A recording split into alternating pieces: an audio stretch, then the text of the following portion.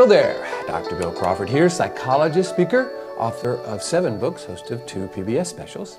Here again to bring you another tip on how to help you create the life you want, how to bring more clarity, confidence, creativity into everything you do.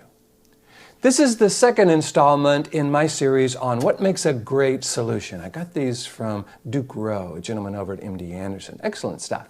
The first one talked about one component of great solutions is that they take a significant bite out of the problem by identifying and addressing the true cause. Again, versus putting a Band-Aid on some symptom, they look at the true cause. That's really important. Feel free to check out that video if you like. This second one is very interesting. According to Duke, he says, which I agree by the way, that great solutions include acceptance as part of the solution. Now that's hard, because when we have a great solution, when we think we have a great solution, we're not looking to accept that part of it needs to be changed or part of it needs to be adapted to somebody else's perspective. And yet, if we don't include acceptance as part of the solution, we create this rigid perspective that it's hard for people to get behind. It's hard for people to support because it may not have something in there for them. They may not agree with the complete solution.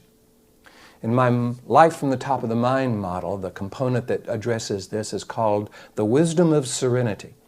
And it comes from the Serenity Prayer. Now, when I talk about the Serenity Prayer, everybody starts nodding their heads. Oh yes, God, grant me the serenity to accept the things I cannot change, have the courage to change the things I can, the wisdom to know the difference. A wonderful prayer. And yet I think a lot of people see that as a plea for serenity. If I do this, and I do this, and I do this, I get serenity. But that's not how the prayer goes. It says, God, grant me the serenity to first accept the things I cannot change. In other words, according to the prayer, serenity is the precursor to acceptance, courage, wisdom, and change. I think when we're creating solutions and we want them to be great solutions, we want to have that courage, wisdom, and change component in there. What if we are missing the component of acceptance? Because when you got one person or another person or one group of people or another group of people basically saying, I'm right and nothing of what you say has value, you get gridlock. You get stalemate.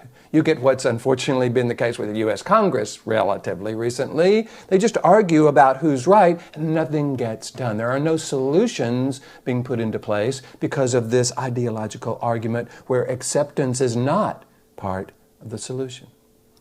If you look at how the Congress has worked, and frankly how all relationships work, you'll recognize that there's a component of, okay, I see this is important to you, I know this is important to me, let's see what we can accept around this so that a solution can move forward. And a solution that we both support. Because when you ram a solution down somebody's throat, they get resistant, they get resentful. And not only do they not support the solution, they may actually look to sabotage the solution. You may create what I call an ambassador of doom who goes through your family or your organization, basically trashing your solution.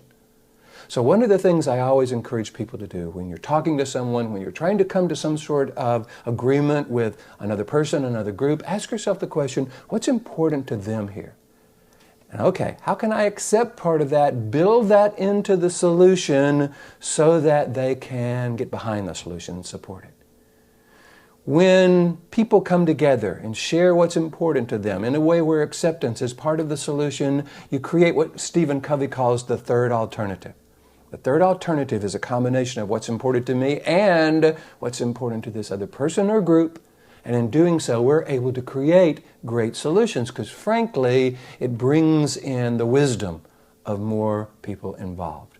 Not only does it make the going forward more easily, because now people have a component of that solution that they can support, it allows them to talk about what's important. We may not have even thought about that. We go, oh yeah, that's a pretty good idea. Why don't we blend that in?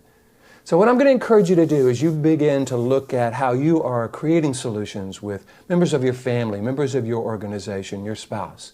I'm going to encourage you to look in and see how maybe acceptance can be a bigger part of that and how that component will allow you and those you're creating solutions with to move forward in a more powerful, meaningful way.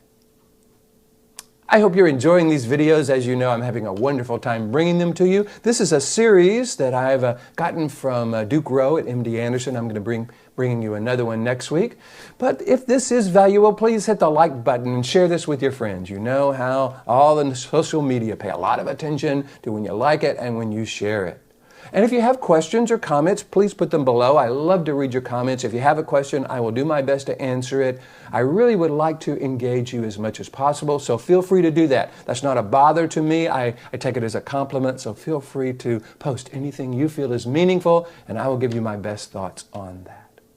In the meantime, here's to you bringing more clarity, confidence, creativity to all your solutions, making them great solutions, and I'll look forward to seeing you in the next video.